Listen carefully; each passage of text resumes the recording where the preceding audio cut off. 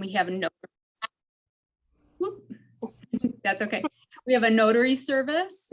We have a resume review service. We offer test proctoring. Just mentioned one-on-one computer assistance. We have volunteer programs for adults and teens. We have study rooms available. We have a used bookstore, and the funds go to the Friends of the Library.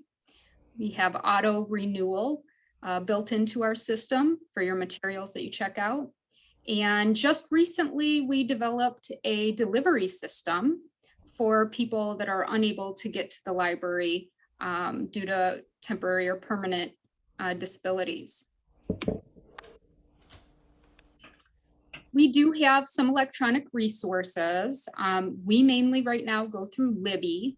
You can get a ton of different magazines on Libby, audiobooks and ebooks, and you can also take courses, online courses. We have over 500 to choose from, and you can actually get continuing education credits by taking those courses or use them for your resume. There's, marketing, there's social media courses, all kinds of different things. Pretty soon we are going to have Hoopla. By popular demand, people have been requesting that, and we made room in the budget for it. So that will be coming pretty soon. Upcoming May events, we've got a lot of really fun stuff coming up at the library. We have a Michigan notable book author that's going to be coming. We were chosen by the Library of Michigan to be a Michigan notable book site. And we have Stephen Mack Jones coming to talk about his fiction mystery series on May 24th. Relatively soon, we have a concert coming on a Sunday afternoon. We have Matthew Ball. He plays boogie woogie music. He's very amazing to watch. He's very fast on the piano keys, and he's going to be playing the antique piano right in the middle of the library, and it's going to be great. So it's totally free. Bring a friend and come to that. May 31st, we have the Gratitude Steel Band coming. They're Caribbean style music, and that was funded in part by a grant that I received. We're also at that time going to be doing the teen summer reading sign up. We have some Juneteenth events going on. For our book club, we chose to read Michael Eric Dyson's Entertaining Race. And so we could have a discussion about race centered in the book. We have the Detroit Historical Society giving a really interesting presentation on Zoom about the Negro Motorist Green Book. They are going to actually take us on a virtual tour of places that are featured in that book. So that should be very interesting. And we're also supporting the Juneteenth essay writing contest that's through the City of Oak Park Arts Cultural Commission. We have a display out for that to help the kids find supporting resources for the essay contest. This summer, we're going to have summer reading events for all ages. It's going to be a lot of fun. The adults are going to be playing bingo. Teens are going to have library related challenges, and the kids are going to be challenged to read 20 minutes a day. And everybody will have an opportunity to win fun prizes. And there's going to be a lot of events held throughout the summer. Some ongoing events that we always have are story times. We've had a partnership with the high school and the recreation department to offer esports, which is video game sports, at the Oak Park High School. We've been trying to get a crafting corner going. So if anyone's feeling crafty and needs more space to spread out, come and use the tables, and hopefully we can get a group of people to come in and do that. We are offering after school tutoring totally free on Mondays and Wednesdays. That's through sign up. And if anybody wants more information, they can call the phone number on that graphic, or you can contact me and I'll tell you how to sign up. The first Wednesday of every month at 6 o'clock, we have book club. And we have an ongoing early literacy program called 1000 Books Before Kindergarten. And we give away little fun prizes to the tiny ones to encourage them to be reading. The Friends of the Oak Park Public Library is having a summer book sale extravaganza coming up. They're going to have it on June 23rd and 24th, and then continue the following week on the 26th through the 28th. So don't forget to come and check out our huge book sale that's going to take place. Just give you an idea of some of the past events that we've had this past year. I didn't have a slide big enough, to include everything, but these are the kinds of things that we've been having.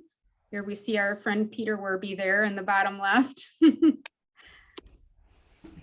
And just recently we had a really fun cultural event that was sponsored by the Michigan Humanities Council and the National Endowment for the Arts.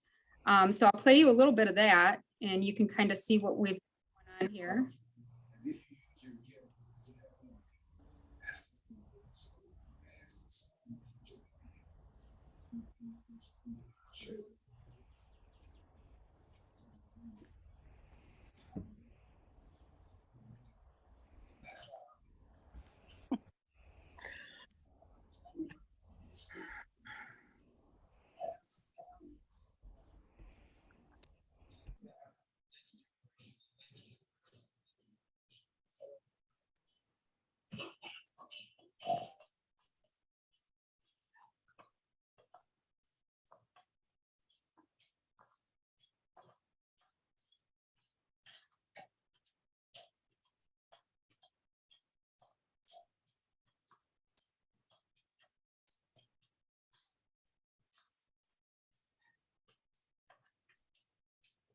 That was a really fun event.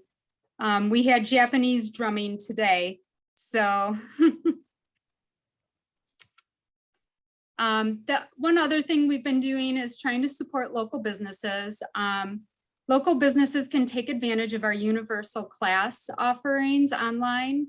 There's a ton of business classes on there, ranging from accounting to marketing and everything in between.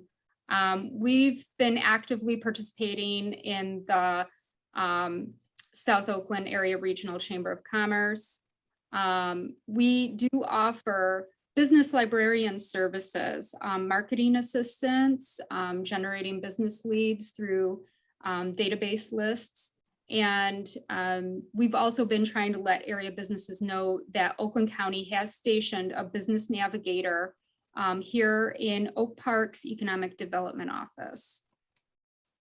So if you know any local businesses, please tell them to come on down.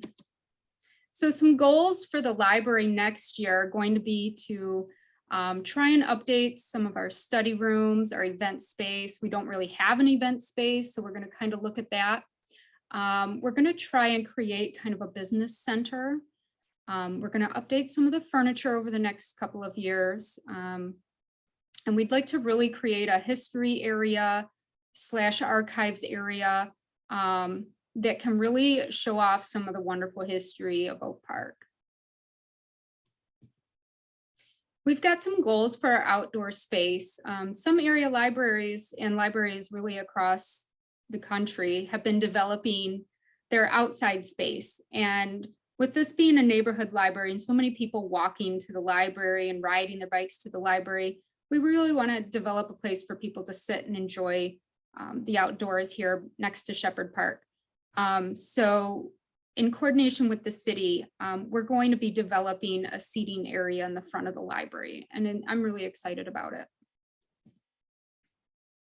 Some of the technology goals that we have, I just received word that we got a grant for some youth technology, so I'm going to be purchasing an additional kids computer.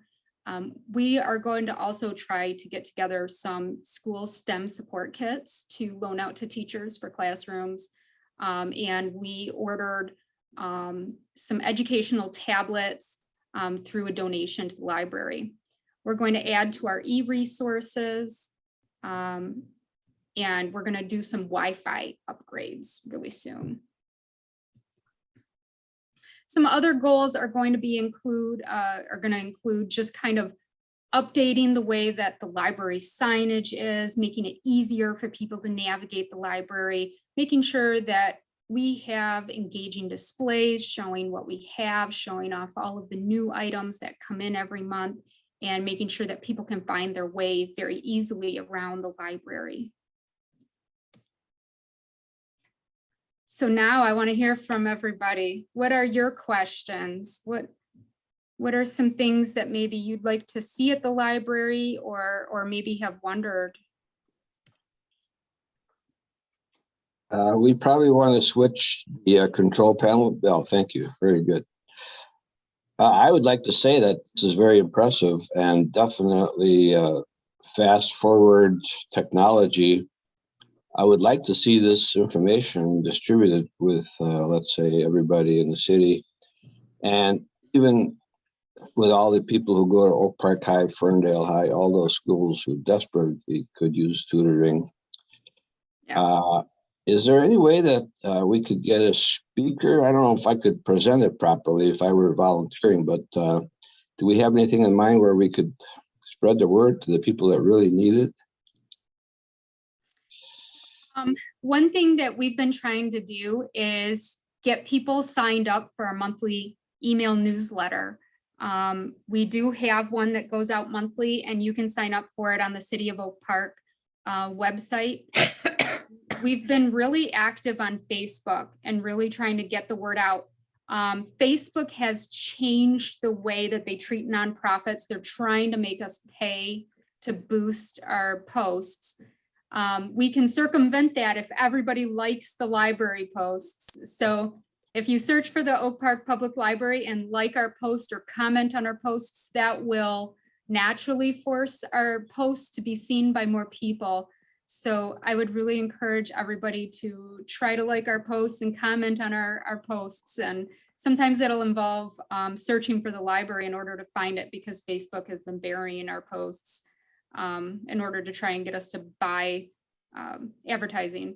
So we're trying to organically raise our posts through word of mouth, but we're also going to be featured, in the magazine that goes out to all the residents. We've coordinated with the Oak Park Communications Department. And so we are trying various ways to get the word out. I've talked to the Oak Park Communications Department on getting some information in a couple of the water bills per year. So I'm hoping that that works out as well.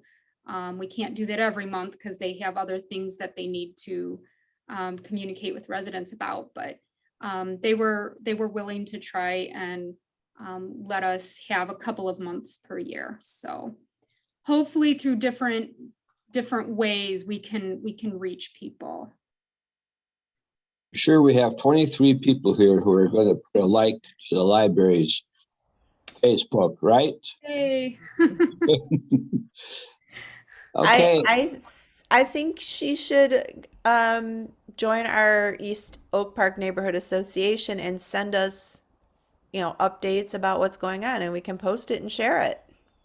Yeah, I think that we've been trying to tag some of the Oak Park groups. So I'll have to talk to Trevor and make sure that he tags East Oak Park Neighborhood Association in some of the posts, and maybe the word can get out that way as well.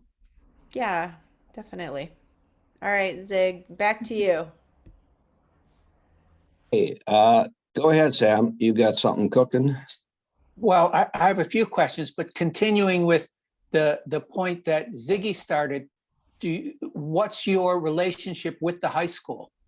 And how is that evolving? And what are your plans for continuing that evolution?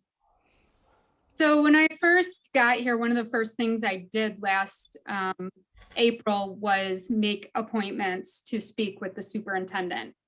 And I've spoken with her numerous times and met with different, school officials numerous times. We were offering through my grant that I received after school hip hop class. We're continuing with the esports. We've got volunteer opportunities for the teens. Next year, I'd like to have a dedicated study space for the teens, and I'm hoping that we can try through volunteers to get like a reading buddies program together for the teens to read to the younger kids. I think that would be really fun for everybody. And in terms of the relationship, you know,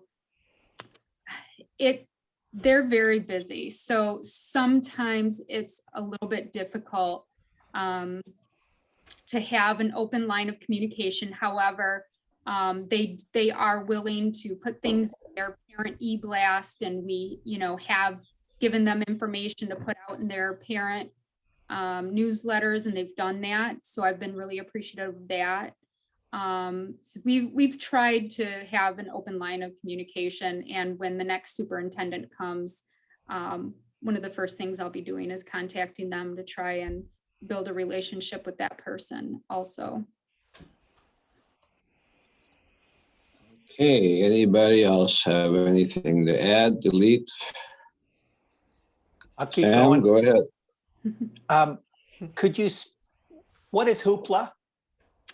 Hoopla is downloadable materials. So you can listen to a book on your phone or listen to it on your computer.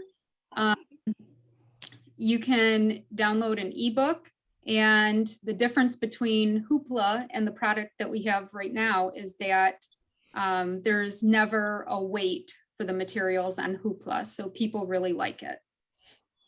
And how does one sign up for either Libby or Hoopla? Yeah, so Hoopla's not available yet, so that's forthcoming.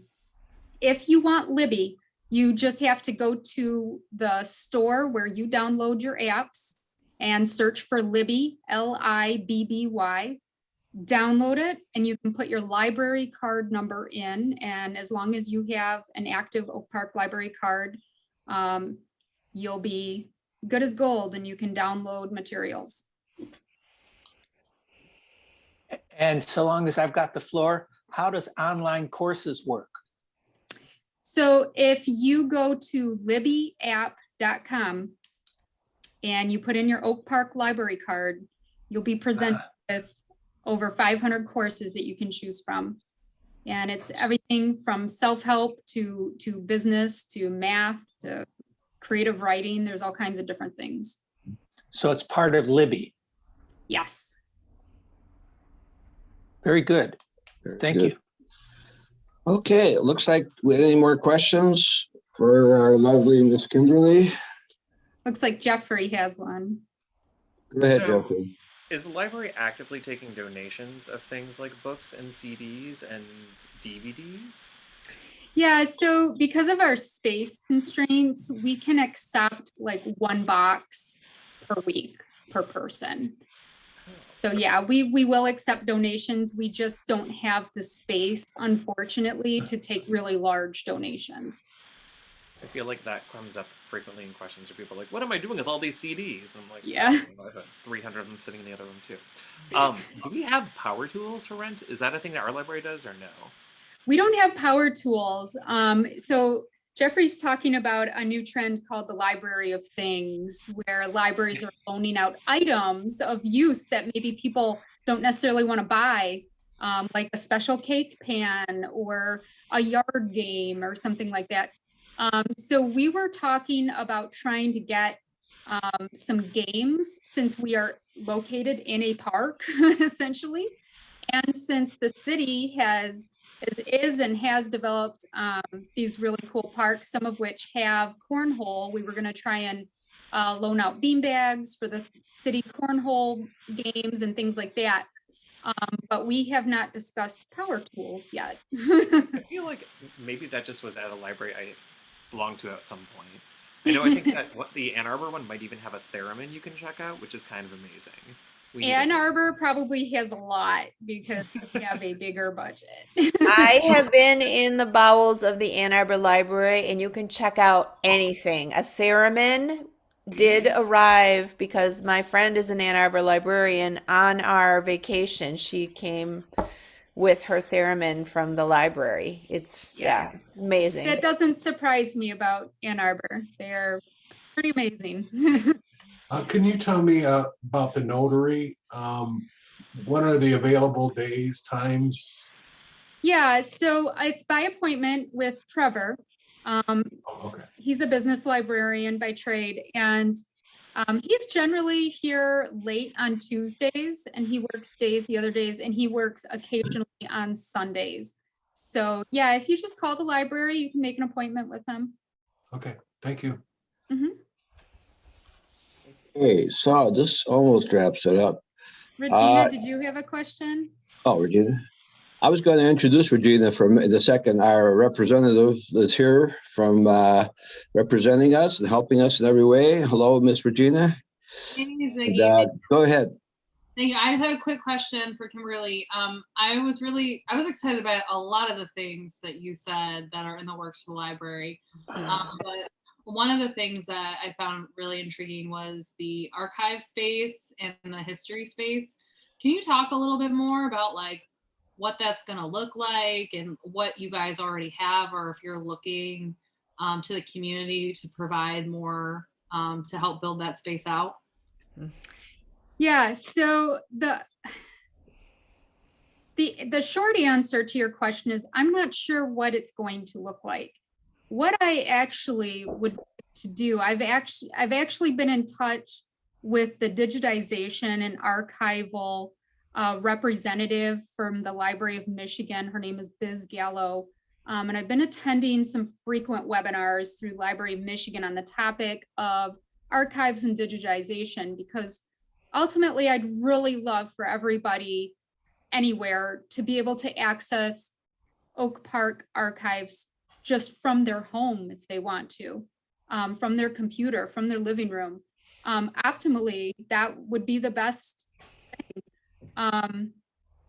However, there's copyright issues, and there's a lot that goes into that aside from just the actual logistics of digitizing. So I'd say ultimately that would be a really awesome goal. And to have, sort of a computer in an archives area and have rotating displays showing, some of the old Oak Park News articles and different things like that. Some of the items that we have that are really interesting that I would love to provide some context for and put on display for people to come in and see, like a little mini museum dedicated to Oak Park in a corner of the library. And I think that towards the end of the summer and rolling into fall, I'm going to probably start asking community members, interested community members, to join sort of a history interest group to help guide the project and give some community input on the direction that they would like to see this go in. And then, we can get some professional input on what our boundaries would be in terms of the law. We have to respect copyrights and things like that. So yeah, I think this could be a multifaceted project, but I think the end product, whether it's a local archive that you are able to search on a computer here or a digitized one that's on the internet, I think the end product is going to be really cool.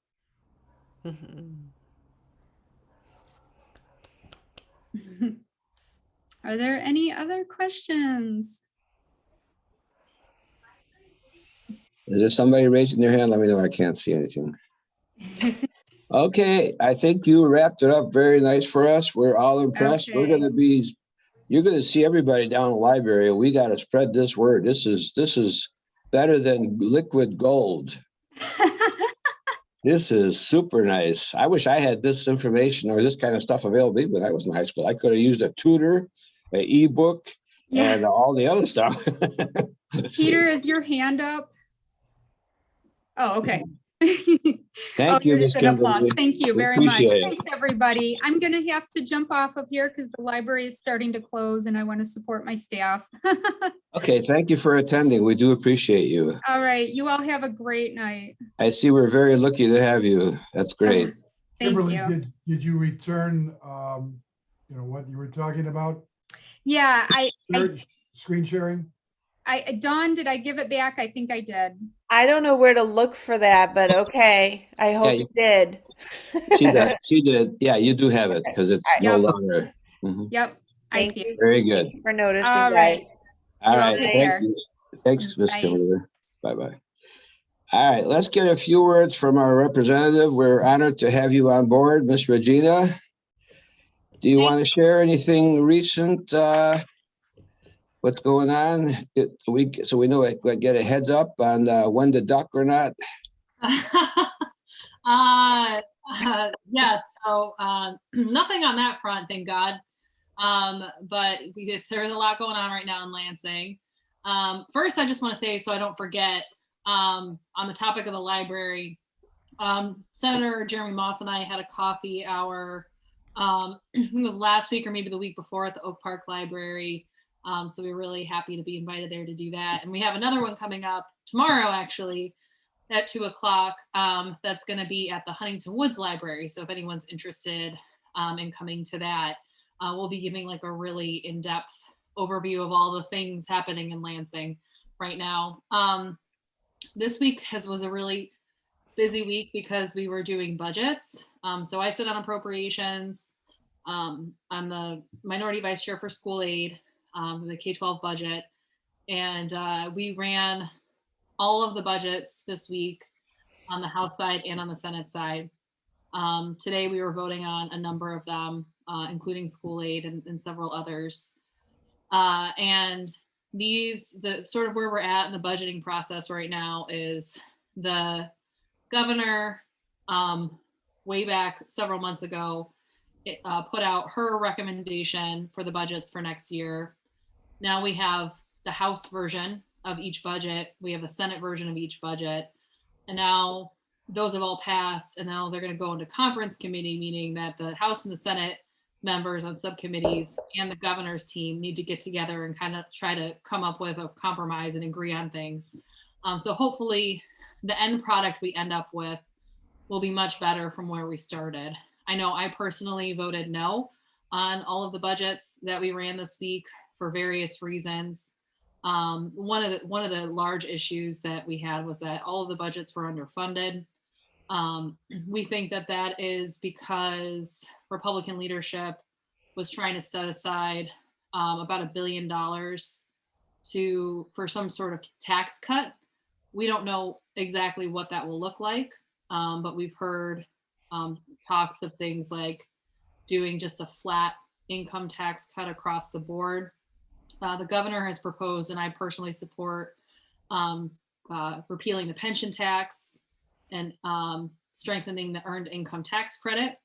But there is Republican opposition to both of those things, and they're talking about just doing a flat income tax reduction, which is not great because people who already don't make that much money won't benefit that much from that, and people who make a great deal about money will benefit a lot. So it doesn't really help people who desperately need it.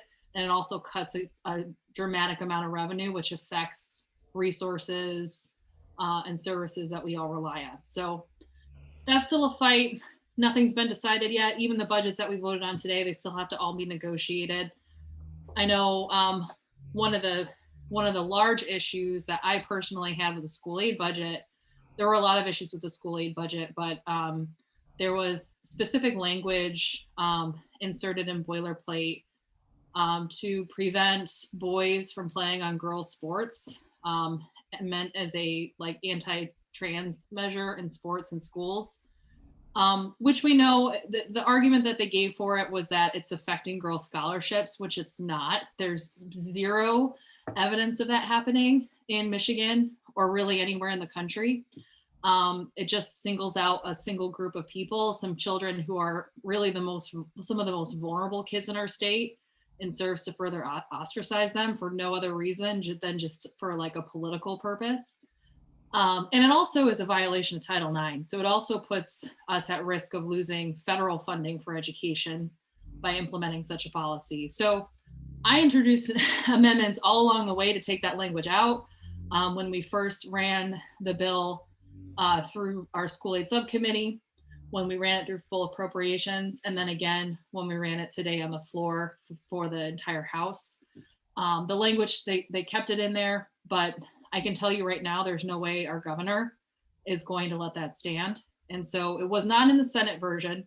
So there's still a chance that in the negotiated final version, it will not appear, but I'm very confident. I haven't spoken to the governor's team. I don't want to speak for her, but I'm pretty confident that the governor would deem that unenforceable, unconstitutional, and not and strike that boilerplate language out if it were to make it to a final version. But that's just one example of some of the things. There was also in our DHHS budget, Health and Human Services, it was tie-barred to a bill that would further penalize providers and patients seeking abortion care and access. Again, meant to be kind of like tied to a lot of the national conversation happening right now around abortion rights. So we oppose that for that reason.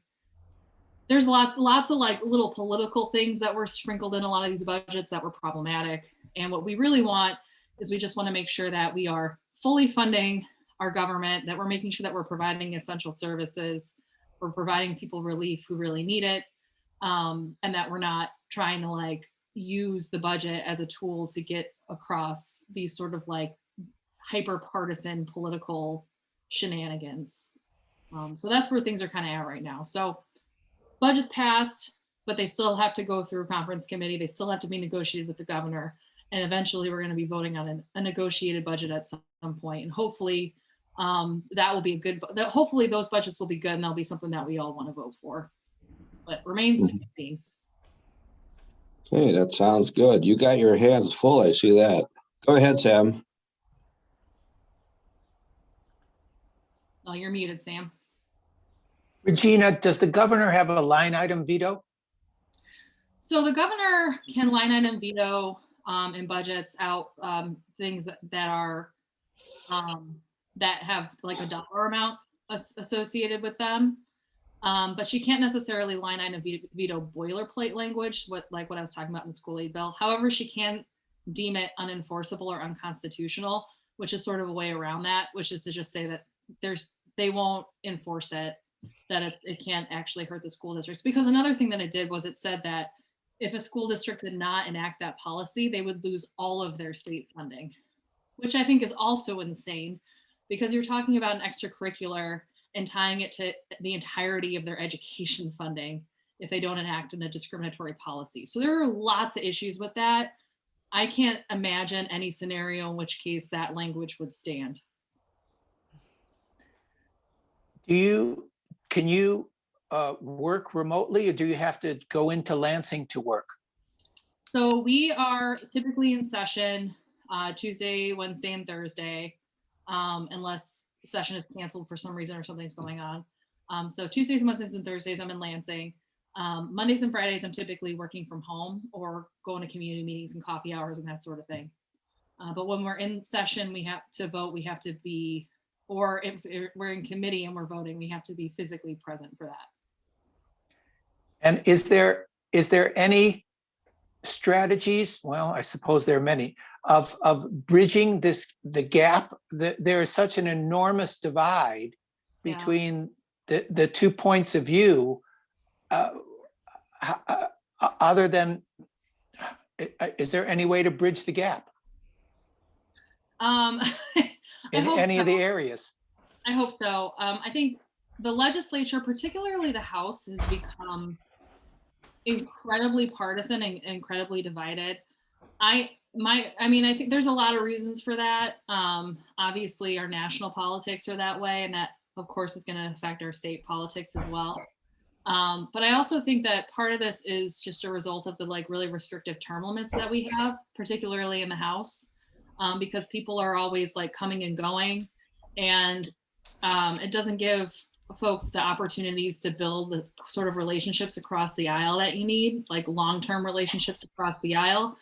And it also means that, I hate to say it, but a lot of the legislation we pass is very short-sighted, because the idea is I want to pass something that's going to have some sort of immediate impact. I don't necessarily care about the long-term impact because I'm not going to be here late, down the road. So that's a lot of the mentality that a lot of reps have.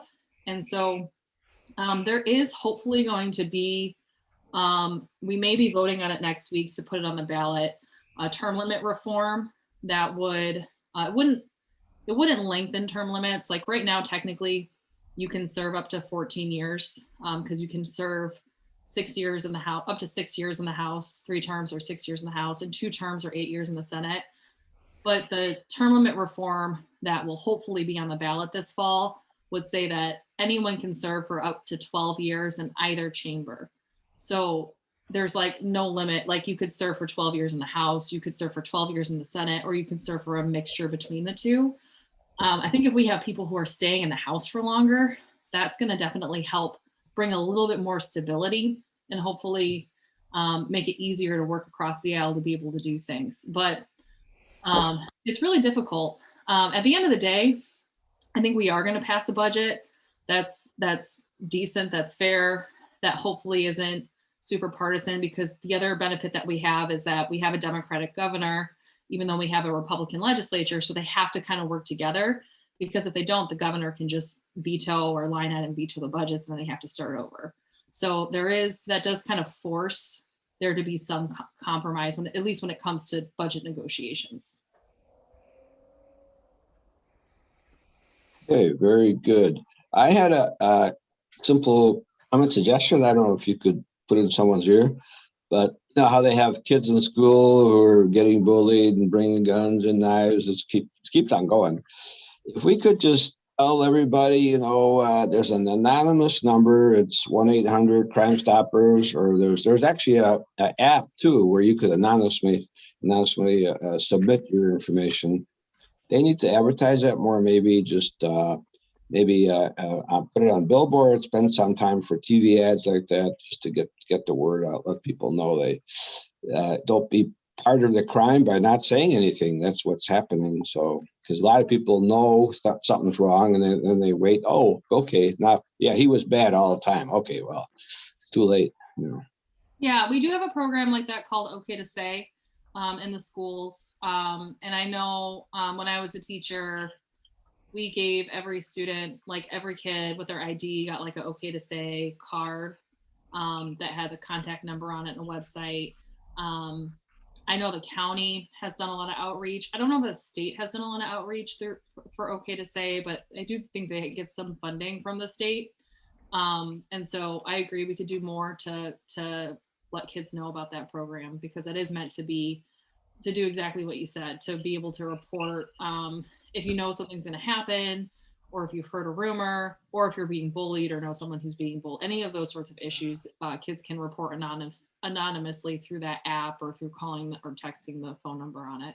I guess even for adults, you could, they could make sure they can report things too. All right, guys. So this wraps up what you've got to discuss with us, Regina, basically. I mean, does anyone have any other questions? There's a lot of stuff going on, but I know there's a lot of stuff going on nationally. Okay. Does anyone have any questions for me? Yeah. Go ahead, Don. Chris, what you got? Yeah, I have a question. Right now, we're homeschooling our son and things, and after I saw on the news and stuff, and is Oak Park School even safe?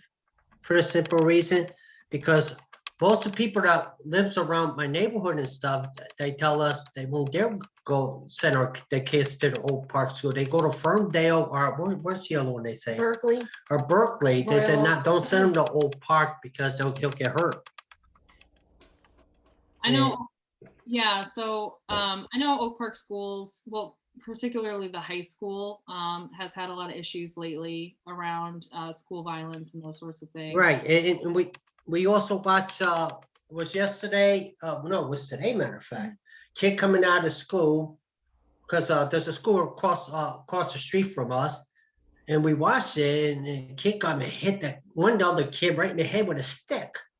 And then another girl got beat up walking down the street. And that's why I'm really wondering about it. Because of that, we're thinking about leaving because of it too. I'm really sad to hear that. Yeah, because I was looking for a neighborhood school for my son and things. And And then when I heard, I have to take my son to either Ferndale or take him to Berkeley or something. I was still shocked about that. Yeah, so I will say that one of the good things about the school aid budget that we passed today, and hopefully it'll be even better in its final version. There was a lot of funding in there for supporting school districts with these sorts of issues. So there was a lot of mental health funding and support service funding, which is desperately needed right now. And a lot of these underlying issues that we're seeing in schools, and it's just not just Oak Park. There's been a lot of increases in school violence across the board and in districts across the country, because I mean, think about it. Kids have been home from school for a year and a half, 2 years. They've missed out on a lot of the socio-emotional learning that they would get from being around their peers and learning that in that sort of way. Yeah, I did hear something about that too. I know the governor is trying to do something about the mental health issue. That I do know too. Yeah. It's kind of shocking for me, to see that, and it was just kind of shocking for me. Yeah, we also have funding in there for school resource officers. So like Oak Park High School would be a good example for that, where that could be helpful. Right, and I wonder if any of these students are even from the area, because some of them I don't think they are. Yeah, so that's part of the legacy of school of choice. Right. Too. A lot of the kids probably do come from outside of the district. Okay. And then if people who live in the district are sending their kids to other districts, that also, not necessarily supporting the local school district. So Right. Doing hopefully we're going to be getting more supports into Oak Park schools. I mean, I don't know. I've been to elementary schools and to the middle school. I don't think they have as many issues there that I've seen. From what I'm familiar with from this year, it's mostly been an issue with the high school. Okay. And again, I think a lot of that is, there's a lot of reasons for it, but I do think a lot of that is, kids just haven't been socialized for a long time, and they have to kind of like relearn how to be with other kids. And then there's all sorts of issues, that didn't exist when any of us were young, around like social media and other sorts of things that also kind of trickle into the school environment as well. So Okay. I hope you would consider Oak Park schools, and maybe kind of go and do a visit for whatever. How old is your son? He's 12 years old. Yeah, so maybe do a visit to the school, and talk to the principal, talk to some of the teachers there. And maybe I will That's a do good that, idea. yeah. Thank you. Yeah. Peter.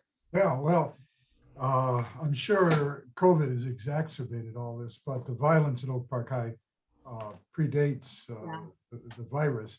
A friend of ours and someone who's been a guest on at these meetings, Bill Boyer, who's a teacher at Oak Park High and president of the teachers union there. He is, absolutely frustrated, said the district is doing nothing to address the problems. But I told him these problems with high schools go back, I don't know, maybe forever. When I went to high school in the city of Detroit, people at my school got shot, got stabbed. Someone got stabbed to death. The school was just riddled with gangs. Good parts of it. You went to Central, right? I went to Central, yeah. A good part of the time I'd go to school, I was just terrified, and I never thought much about learning, about how could I make it through the day without running into these guys that had it in for me. So I don't know what the solutions are. I mean, if it's a long-standing, indelible problem, but it does appear as the school board put out after this latest invasion of the school by a gang of 10 men, they put out a statement, saying they won't tolerate it. Well, I mean, I don't know what they do. Turn the school into an armed camp. And that's the thing, that the incident that happened with the adults that pushed their way through, I don't know that there's any way to prevent that from happening necessarily. I mean, if you have a critical mass of people that are going to try to force their way in, I don't know how you stop that from happening. And I think, you know, a lot of these issues, these aren't necessarily school issues, these are community issues. And so I think we tend to say things and we say like, this is a problem with the school because there's violence in the school. And then we don't think about like, well, where are these kids coming from? What is their home life like? What's the community like? And like trying to like find solutions holistically for all of those things at the same time. I mean, that's how you really address the problem, but that's not typically how we do things.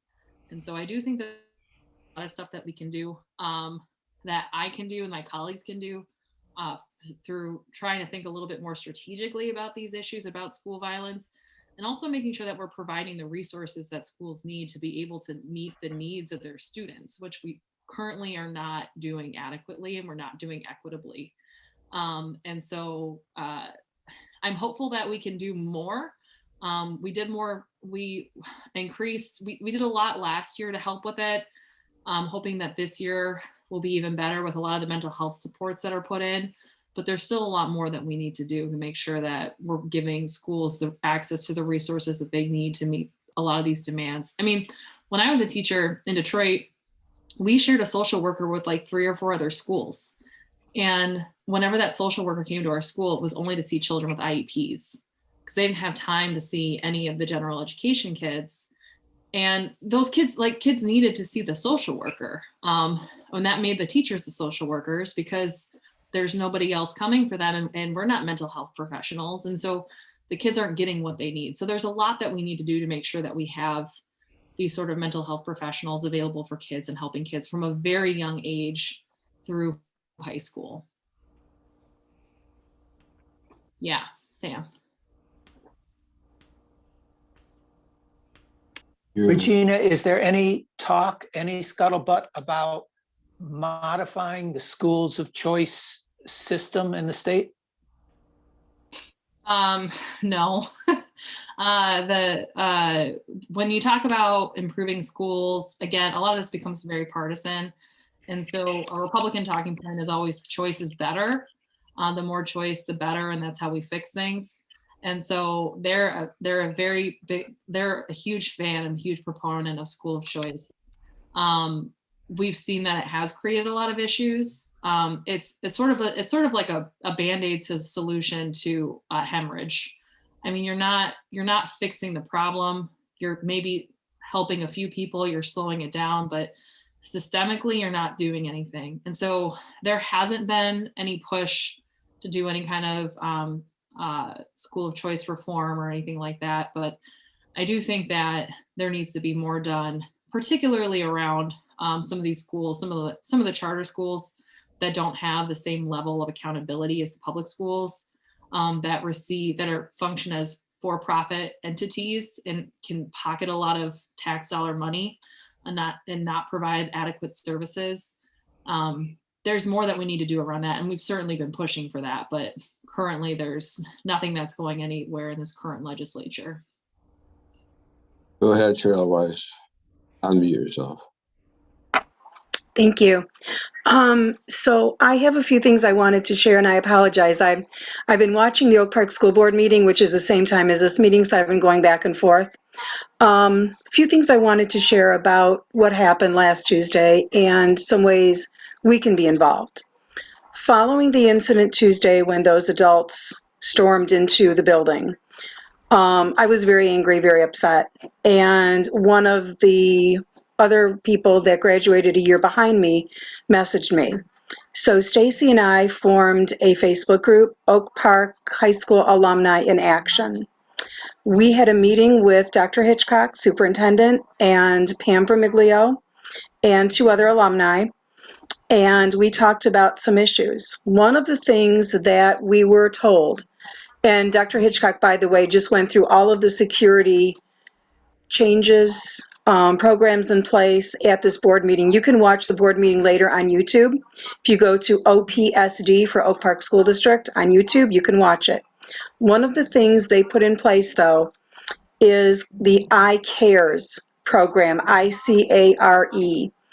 And what that is they're asking for community volunteers and parents and anyone who can to be involved. And that means if you're available in the morning, I believe it's 8:30 to 9:15, but mostly they need help at dismissal. If you can go from 2:30 to 3:15, you have to sign up, you have to do the background check and all that, which is free, but you got to fill out the things online. It's at the Oak Park High School website. And you fill it out, they'll approve you within 2 days. You get a bright yellow t-shirt, and all they want is a presence around the perimeter of the building. You don't have to say anything, you don't have to interact with anyone. They just want a sea of these yellow shirts to show the students that the community is there to help keep them safe, to support them. You don't need to get involved in anything. There's no danger to you. They just want a presence. So if you can sign up on the Oak Park High School website for the eye care program, it's 45 minutes at the end of the day. If you're free at 2:30, I believe it starts at 2:45. 2:30 you check in, get your shirt, whatever. 2:45 they want you at a station, and school is out at 2:53. And then the school is normally cleared by 3:10. So then figure 5 minutes later. That's one thing. Another thing is Stacy, who's the co-founder of this group, and we brought a whole bunch of treats to the Oak Park High School staff on yesterday, for Teacher Appreciation Week. We are trying to find ways that we can support the high school and make changes at the high school as alumni and community members. There is obviously a lot of work that needs to be done. Another thing about school choice, we brought that up in our meeting. And the alumni would like Oak Park to do what Berkeley does, which is allow school of choice only up to 3rd grade, and that's it. We brought that up to Dr. Hitchcock, and now she is retiring at the end of this year. There are interviews for a new superintendent on Monday, Tuesday, and Wednesday next week. On Thursday, they'll decide on 2 candidates to bring back. 2 of the candidates are alumni, which I personally think is a really good thing. You got to know the district to run the district. But what Dr. Hitchcock said is that's a discussion for the new superintendent, whoever that may be. But if she were staying, her suggestion would be to allow school of choice only through K through 8, to not have school of choice in the high school. She said what that means is less dollars for the district. And she said she would be okay with a smaller high school. And to me, that makes sense. It means less teachers, it means less resources, but if you have a smaller high school, you can get control of it better. So that's her recommendation, but of course the new superintendent, whoever he or she may be, will make those decisions with the Board of Education. So I just wanted to share that I have right now. I'm looking at my phone, the meeting's still going on. Dr. Hitchcock is still sharing her presentation, answering questions from the board. There are alumni at the meeting tonight to bring up their concerns and their questions. There's another meeting we have with Dr. Hitchcock and Pam Vermiglia, Oak Park High School lead principal, on May 20th. So we will bring up more discussion then on the 20th. So just wanted to share, and hopefully that's helpful. Thank you, Cheryl. That is super helpful. Thank you for that. I think that's awesome too, the idea to do the community support in the yellow shirts. So thank you so much for sharing that. Christine, do you have a question? I did, and thank you, Cheryl. That was really informative too. One thing that I know that Regina, if you can look into as well, is that Dearborn's supposed to have school of choice too, and they don't follow. Yeah, they are not school of choice. They don't follow the school of choice. They will not admit anyone from outside, because I remember when we used to live in Detroit, when our son was going into kindergarten, school of choice, they would not allow him in. We ended up taking him to the Academy of Business and Technology in Dearborn, which was a charter school. But there are some districts that are not following, the protocol. So there's not, so thank you for saying that. So school of choice is opt-in. So districts can choose to opt in or not opt in for school of choice. So that's a decision that the school board makes at the local level.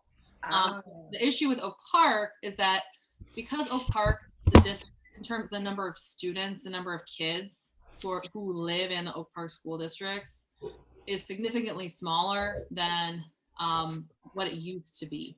And so if the district were to not go school of choice, there's a good chance that the district just would cease to exist. Quite frankly, they might have to either they probably have to come up with some sort of consolidation with a neighbor district, because they wouldn't be able to exist, likely would not be able to exist in the district. I don't think that's And then they couldn't pick and choose which city they selected, because that would be an issue.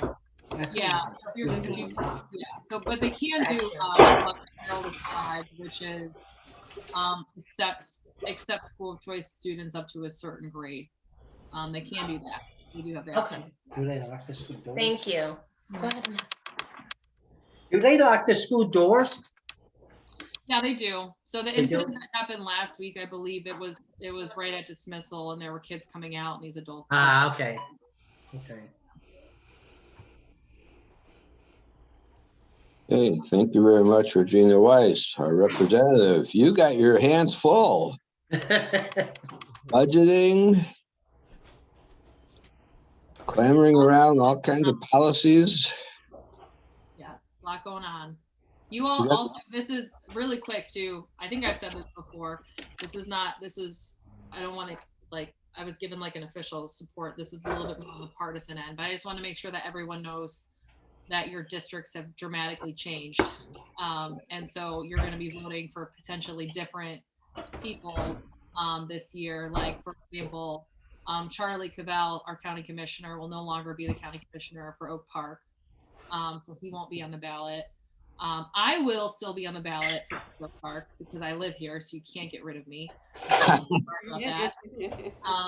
And Jeremy Moss, our current state senator, his district was changed too, so he will not be on the ballot for state senate. So there's a lot of new districts. Congressional districts have changed as well. So I just encourage folks to go on the Michigan redistricting website to look at the final maps to see what congressional, state senate, and state house district you're in. And you can do this for if you want to see the county commission map.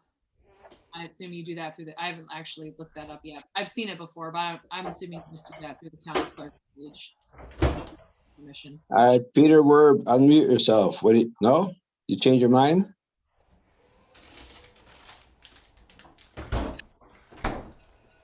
Regina answered my question.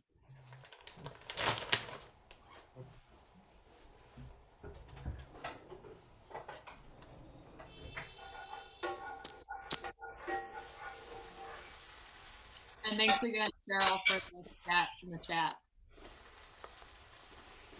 Hey, Ziggy, we can't hear a thing you're saying. You're on mute, Zig. Okay, we're gonna do a hallmark departure. Everybody, you got 30 seconds to say hello and goodbye. If you have something. No. Wait. We got some business to take care of first. More business. Okay, go ahead. We need to talk about a picnic. Oh, okay. That's right. Right. Okay.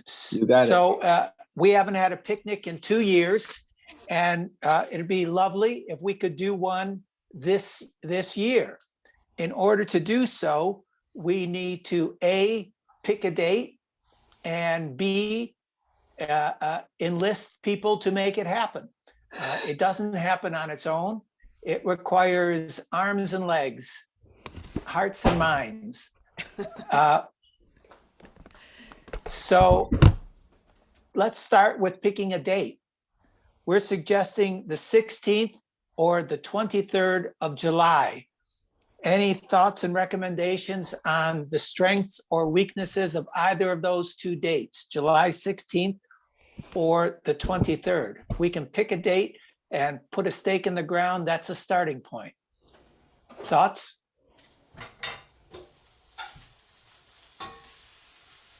No thoughts? The latter date. 23rd. Mm-hmm. Was that August? July. July. Mm-hmm. July. Yeah, July sounds good. So we're saying July 23rd. Sounds Further good. thoughts? July 23rd, going once, going twice? Hey, Sold. Sam, Yes.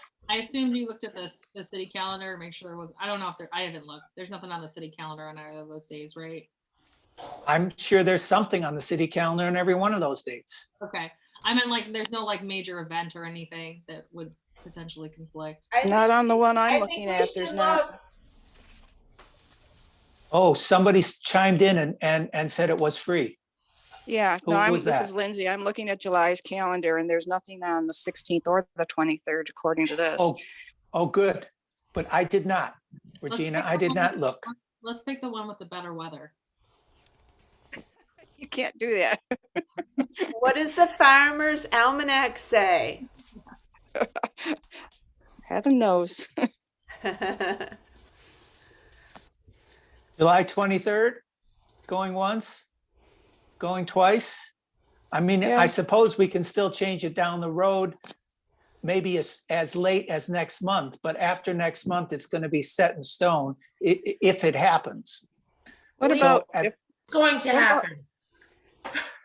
what about if we say on the 16th, and if it's a rainy day, we have a backup of the 23rd? Yeah, we could do Do that. that. Yeah, yeah. There are problems with that because Permits. that's a lot of shuffling at the last minute. What we've done in Yeah. the past is rain or shine, and generally we've had good weather in July. Famous last words. Yep. So other thoughts? So we're looking at July 23rd. Now we need people to step up and take part.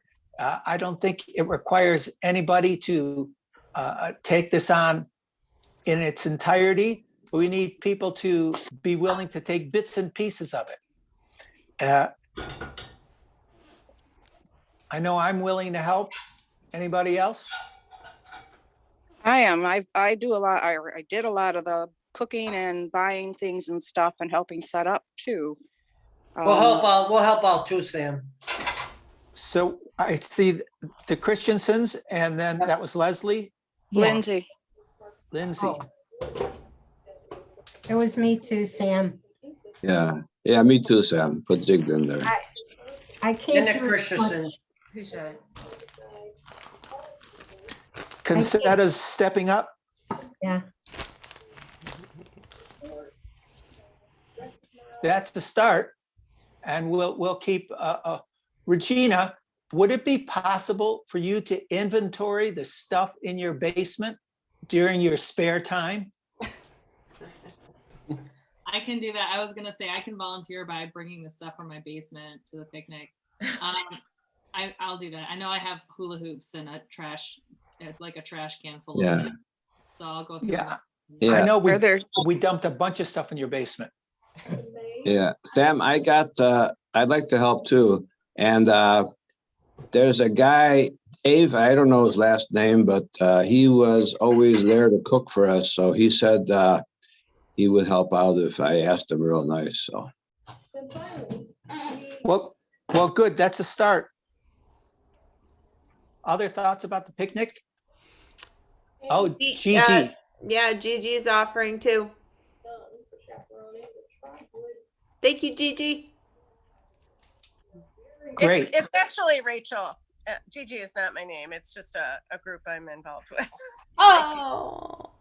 But it's Rachel. What day is it on the 23rd, Saturday? Look. Other thoughts about the picnic? I would like to say that we've had very elaborate picnics in the past, very elaborate.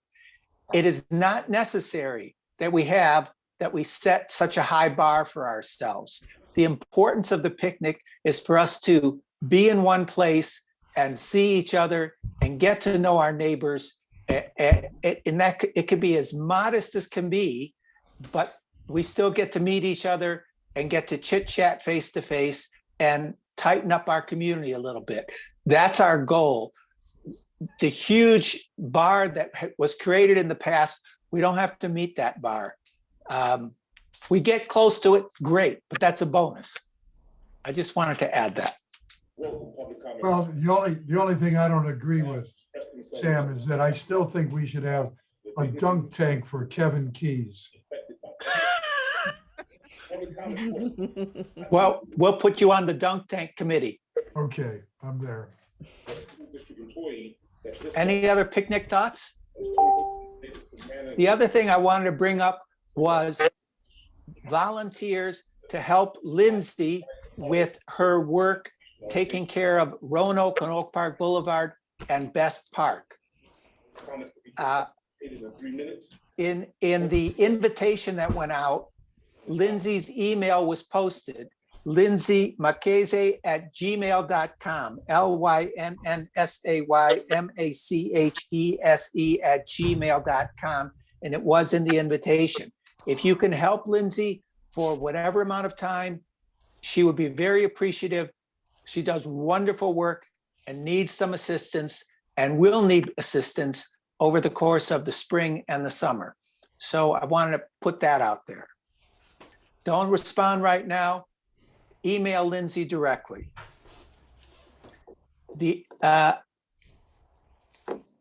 That's all I've got. Zig, back to you. Peter. Oh, you're muted again, Zig. So I will just say sorry. we have Judge Jamie Horowitz with us, and Yeah. I wonder if she has anything to tell us about what's going on at the court system, or anything. Hi, good evening, everyone. Hi. Hi. Good to see you. All right, so just a few quick changes at the court. If you don't know it, we are now open from 10 to 2 p.m. For the public to come in and pay tickets. We're doing criminal hearings in person now, and people can request in-person hearings otherwise, which we are doing when people want it. But we're finding a lot of people want to keep Zoom. People are enjoying coming in for small matters from their work, from school sometimes. We've had people call from doctor's appointments, which we don't encourage. But we do like that some of the court appearances aren't interfering with people's everyday lives, and the court can still conduct business without people having to take a whole day off work or school. So it's a good thing. Also, we just had our budget approved, and the city has agreed. I know that is Ziggy on here? There he is.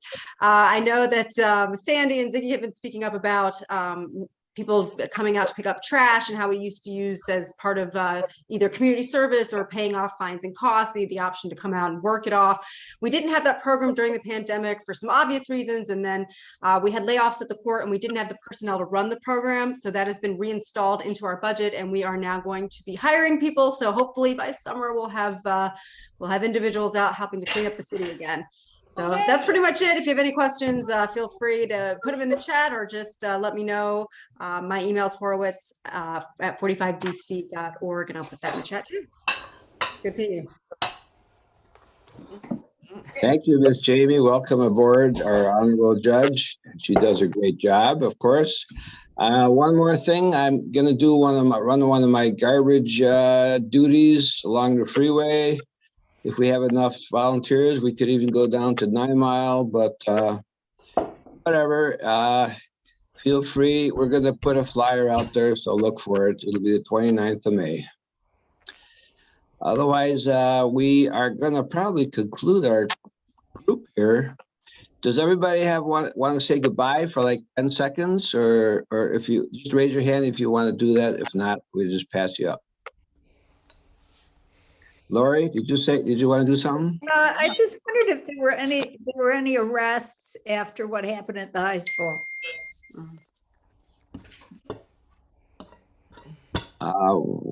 Did you know anything about the arrests at the high school, Jamie?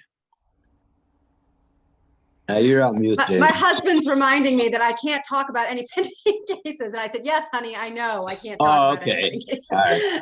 So I apologize. But I'm sure that you could follow up with Oak Park PD. They might have some information they're willing to share with the public. Sure. Let's see. Let's go right down the line.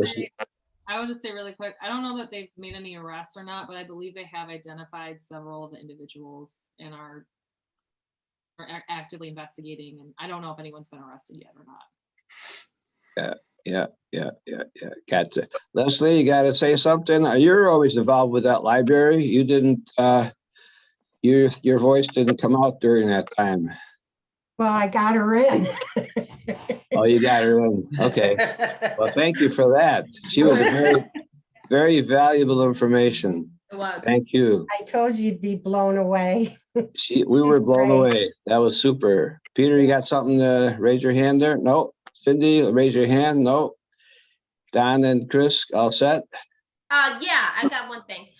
Last election cycle, primary season, we're right on 9 miles, so we had quite a few, the word escapes me right now. Posters, billboards, those things. Oh, So- yeah. Yeah, so if anybody, Yeah, Jamie left one on our yard. We talked to her yes, we once. Yeah. did, yes. Oh.